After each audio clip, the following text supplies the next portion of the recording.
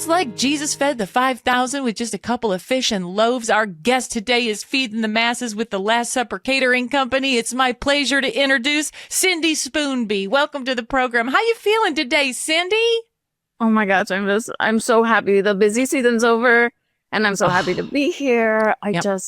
I feel so happy. Yeah. I know, Sid. I mean, you, for the last few months, I would say, and I don't, mean this in a derogatory way, you've seen frazzled. Yeah. Just, because you've gone from fall parties to Thanksgiving. I know you did a lot of Thanksgiving catering right into the holidays. And then, of course, all the deaths around the holidays that typically happen and the funerals that you have to do. So how are you feeling now that you're finally in the new year? I thought I'd be a lot happier, but it's just the come down is always kind of harder than you think it's gonna be. Yep. So I just, feel like I've never done drugs, but I assume what the past couple months have been like is I've been on drugs, and now I need to go to rehab potentially. Yes. Well, Cindy, it sounds like you're postpartum because you gave birth to a lot of meals. You know what I'm saying? Exactly. Yes. Exactly. Yeah. And I find your meals, I mean, every time I've hired the Last Supper Catering Company, I'll tell you what, I've been impressed and never disappointed. You always deliver a 10 out of 10 every single time, Cindy. And I say somehow she's able to get mayonnaise into every single casserole. If not a mayonnaise base, then you're putting in a mushroom soup base. And, that's going to keep meat on people's bones in these harsh winters we have in Indiana. Isn't that right? Yeah, that is a huge priority for me, is keeping everyone just a little bit fat. That was always big in my household growing up, and now I just try to bring it with me in my catering. Oh, that is great. Well, I mean, I'm glad you are here today because, and I hate to put in a last minute request, but, I'm thinking about doing a party of sorts. Oh, great. Because, I have a neighbor and I don't really want to bring him up, but he's always kind of throwing parties. And I'm like, hey, why don't I throw a party? So, I mean, I would love to have you come over and, do one of your big spreads, maybe in the next few weeks. Oh, okay. I never want to discourage a party, but people are tired. It can't just be me. I think everybody's got to be tired, So I would say maybe don't do that. Wait, we'll just wait 2 months. Do you not have a lot of people working for you right now? I do have quite a large staff, but I, am a bit of a perfectionist, you could say. So I am doing just about everything in the company from, syncing up the recipes, testing the recipes, making the food. And, throughout the holidays, I did have about seven parties to cater per day on my lighter days. Yeah. I'm stretched thin. So, I can always make a recommendation. Everybody loves Raisin Canes. You could always just, pick up some Raisin Canes. And oh, I thought you were going to say Everybody Loves Raymond. I like that show too. I thought you were going to say excellent. Everyone Loves Raising Cain, which I thought was a scary movie. Is it? I've never seen one in my life. But what? Raising Cain is a movie? Isn't Raising Cain a movie? Well, I wanted to ask you because I feel like you're so competent that then you get penalized for it because you're good at everything. Then you got to do everything because nobody else is good at it. And if you want it done right, you got to do it yourself. So you can't delegate to all these people that you've hired. And so then you're totally exhausted. But I just wanted to compliment the fact that, you create a totally original menu and there are certain accommodations you just won't do because if you accommodate one person, then it's a cascade and you got to accommodate everyone. Well, I'm gluten-free and I'm vegan and I'm vegetarian and I'm sugar-free and I'm paleo and I'm whatever. I like that you're like, we do no accommodations of any diets whatsoever. I make the food. You decide what to eat. It's their problem if they don't want gluten. Isn't that right? Oh, 100%. I never make an accommodation. And I never will. My mother also had a catering company and it was a family thing. It was a family thing, and she ended up dying at 52 of a heart attack because she did make so many accommodations. It did end up killing her. Just really? The stress. What was the last accommodation she made?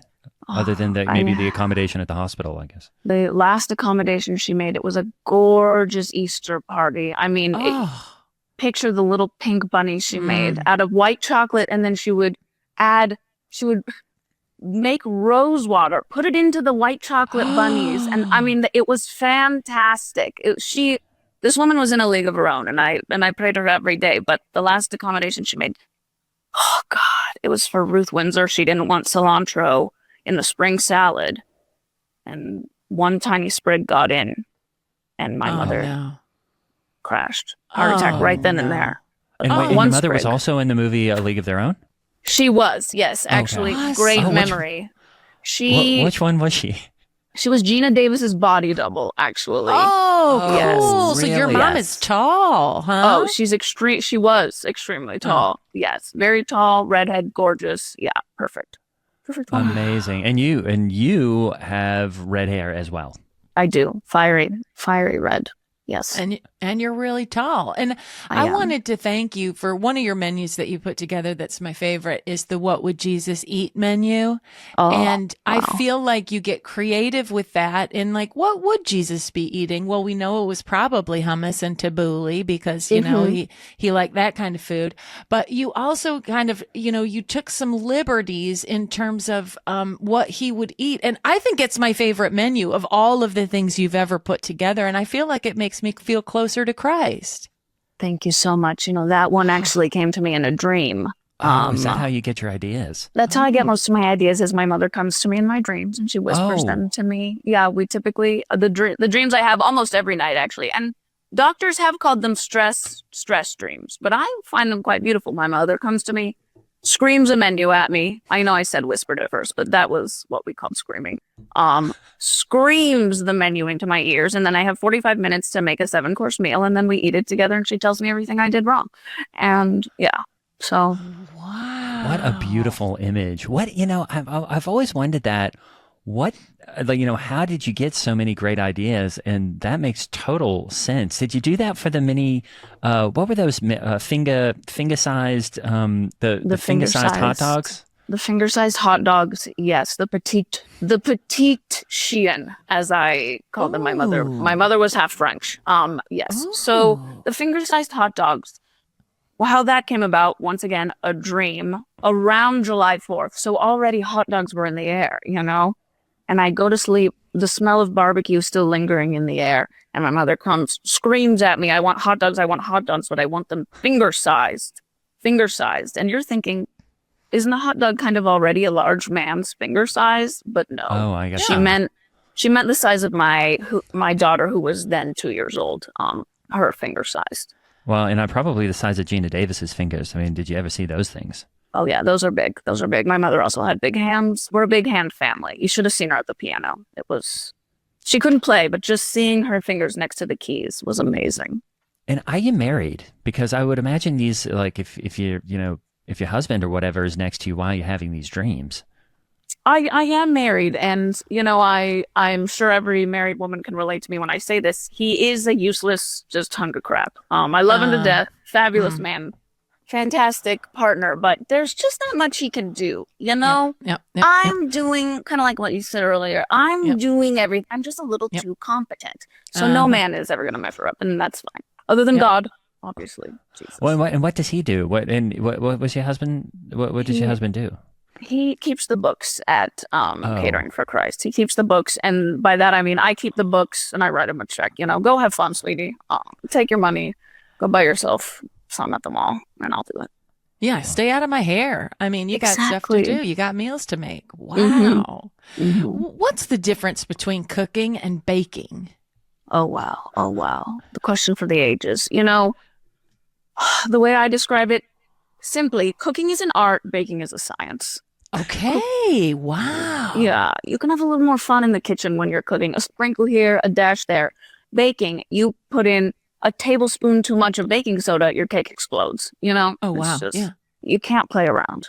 And then with catering, is catering sort of the third prong on the cooking fork, as it were? How would you describe catering as opposed to baking or cooking?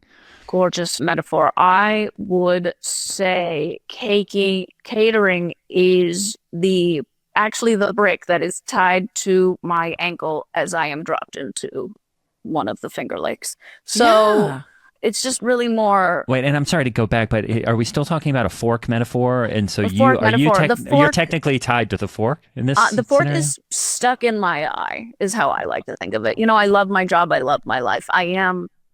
I'm coming down from a busy season. So I'm kind of always like this in January. The fork stabbed in my eye, 2 of them, really. Right. And then the catering company is the brick that is tied to my ankle, and I'm thrown into a river, and I am drowning. Yeah. So I hope that's helpful. And is this a strange time to ask about the I guess you would call that a scar near your eye there? Oh, yeah. So my mother did actually stick a fork into my eye when I was a child. Is that right? Wow. Yes. You know how I said about, 1 tablespoon of baking soda too much and a cake explodes? Well, have you ever done that to a king cake when you're expecting 1,000 people in, 20 minutes, and your daughter ruins your whatever celebration? So, yeah. Really? Oh, wow. But you know what? I'm the heart of God. No, I'm better for it. It made me who I am, that fork to the eye.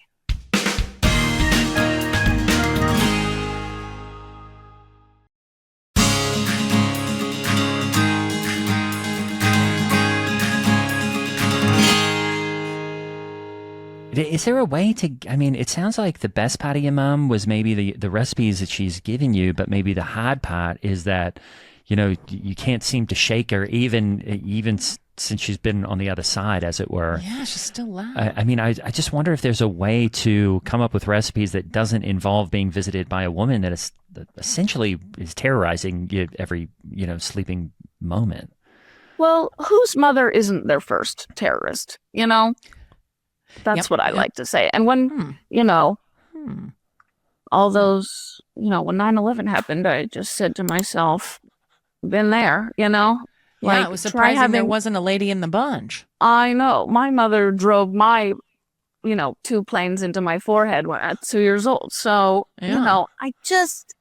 I feel like everybody's been through this, and I'm just tough enough to turn it into $1 million business, Wow. That's true, honestly. And you know what? Count yourself lucky, because instead of forking you in the eye, she could have put you locked in the back seat and just pushed the car into a pond. You know what I mean? Exactly. And her mother did do that to her, actually. Is that right? And she survived. Is this generational trauma that everybody's talking about now? Oh, no. That's just something people say so that they can be big babies. There's no such thing as generational trauma. What we've got is generations of good mothers doing the best they can, if you ask me. Exactly. And Grammy was a wonderful woman who just happened to have a hard day at the bar when she drove my mother into. It was just a pond. People really freak out about it. It was just a pond. Yeah. Well, I wanted to ask, why do people say, because one of my daughters was catering one summer for some extra cash. And which daughter? Oh, the one who, oddly enough, really loves women with long fingers. She says Gina Davis has long fingers. She says Jodie Comer has long fingers. She's really into women with long fingers. And It must be because my daughter has been, shaving her own head with a pair of electric clippers and a kitchen bowl on top, So maybe she thinks, a lot of times you see long fingers on a gal and you think piano player. Well, my daughter must think, she'd make a good barber or some such. Yes. But my daughter said that catering is, if restaurant work is kind of like being in hell, then catering work is like being on hell in a gasoline G-string, like doing, headstands in poop rooms. You know what I mean? And why is that? Restaurant work, I don't mean to turn my nose up at it, but it's just, easy. You get to go home afterwards, forget about the day. Catering never leaves the mind because you sit there. It's all up to you. It's your menu. It's your food, your dirty dishes. You're the face serving it to everyone. You're the one women are calling at 3 a.m. My husband just died. I just want to make sure this duck is as crispy as possible the way he would have liked it, And it just never stops, never Yeah. stops. It's like the mail. Yeah, Mhm. and Exactly. yeah, I think I was at a funeral and the duck you served was fantastic, Thank you. and especially the way you presented it, because I believe that was Jerry Teneriff's funeral, and he was quite a wealthy guy, and the way that you served it of a duck kind of with a bunch of gold coins all around, chocolate gold coins all around it, kind of Uh-huh. Scrooge McDuck style, I thought was Uh-huh. very creative, especially since he was Scottish and he did, have a lot of money. Exactly. Yeah. I just like to make sure that my food honors the person as best in a truthful way. I won't lie. It has to be truthful, and he was a son of a bitch, as we all know. So I made sure he was it was an angry looking duck surrounded by those gold coins. Yeah. Right. Yeah. I always had the question if you could do anything, because it sounds like you love catering and it sounds like you'll hmm probably do it forever. hmm But is there anything else that you would do in as a profession? Oh. You know, I always thought, going somewhere, living on an island, just going swimming till I can't see anymore. That's not a job. I can't do that. No, catering is the only thing I could ever do. And it's the only thing I'll do it till I die, just like mama. So, Well, I feel like you just described exactly what heaven is going to be for you. It's going to be a pristine beach where nobody's bothering you. You can go out into the perfect clear bath water, never get stung by a stingray or get any sea lice in your skin or anything. You're going to be out there with your perfect body, in the perfect weather, in your perfect, image of what heaven is for you. I hope I can walk by when I'm up there in heaven with you and wave at you from the beach and be like, what's going on, Cindy? And you might be like, get out of here, my heaven is quiet and whatever. And you just let me know. I'll stop by if you want company, but I'll leave your room if you need to just be floating in the perfect water. thank you. And I'm sure I will need to be alone, but I appreciate you thinking maybe you'd say hi, but no, please leave me. What do you think you'll be eating in heaven? The reality is I could never eat again and be fine. Once you've tasted it all, you've tasted it all. Yeah, I think there will be no food in heaven. No people, no food, just that pristine water of the beach and myself, really. Oh, have you ever accidentally poisoned somebody? Accidentally is a strong word. It's a strong word. I like to say things have slipped out of my hands, but nothing crazy. I'll Yeah. slip. I don't know if you've ever had a UTI, but as you know, the meds Yep, the yep. meds do turn your pee bright red. And have I Mhm. wanted to scare someone after an event? Sure. Have I Mhm. slipped a couple UTI meds into Mhm. someone's drink, and have they, called me crying, screaming about their red pee the next day? Sure, maybe. Mm. But Mm. no, I've never accidentally poisoned someone. No, no, no, no. Is there a possibility that in your life you could take some more breaks from the business just to give yourself that leeway, more time to be quiet, to pray and to be in thoughtful, prayerful places where, you're not having so many demands placed on you all the time? That's very interesting that you bring that up, because I technically haven't had to work since I was 27.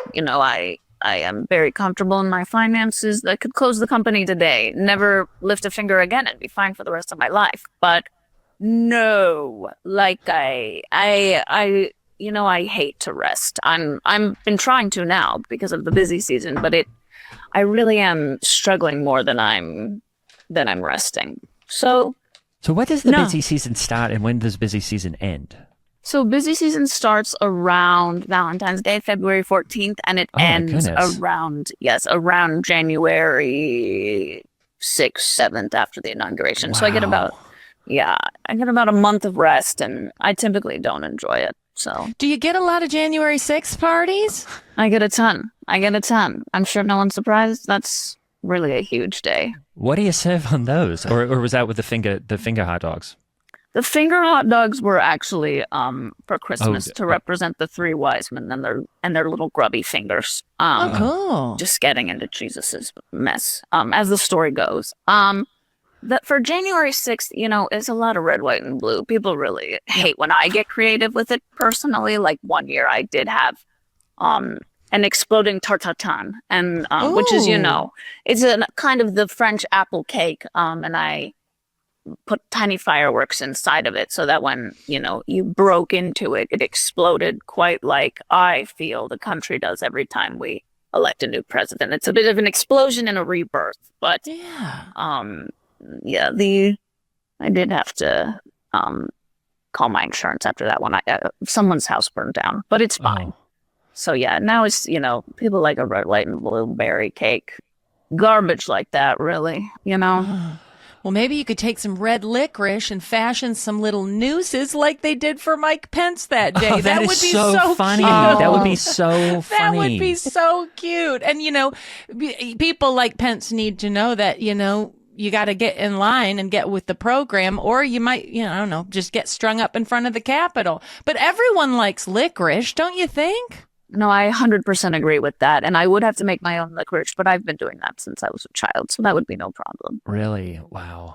Yeah, and often, and I, obviously don't want to press you too much, but if in the next few weeks you do, since you are kind of in your slow season now, I was thinking about having some kind of Hot Pocket themed patty, because my friend, I'm not sure if I've mentioned him before, but my friend Clay Mason Bannerman is going to be, he is a father, and he's a grandfather. And I was going to call it the Hot Papa and Pockets patty. Ooh. And just to be able to sort of celebrate him being a dad, because he's just been under a lot of stress right now. Interesting. All right. Well, you know what? I'll drop a budget. We'll see. I don't love that the creative freedom has been taken away from me. Like you're deciding it's a Hot Pocket party, but maybe I could get into it if there's a little more wiggle room with the ingredients and the stuffings and the shapes. I would just love it to be a protein-based Hot Pocket with, essentially just a lean, maybe just some very lean meats inside. Any sort of like creatine-based things are welcome too. But the whole get a little fat thing is definitely not going to play at the Hot Papa and Pockets Hot Pocket party, I don't think. Okay, well then unfortunately I am out, because lean protein and creatine, I do draw the line there. If it's not mayo based, I'm really not playing. Sorry. Well, this is the Midwest. I mean, if you don't put mayo in something, you shouldn't serve it with pride. You know what I mean? But what do we think we are? Coastal elites? Oh, God, no. Never. No. So, I'm so sorry. If you want a creatine party, you might have to take it to Los Angeles.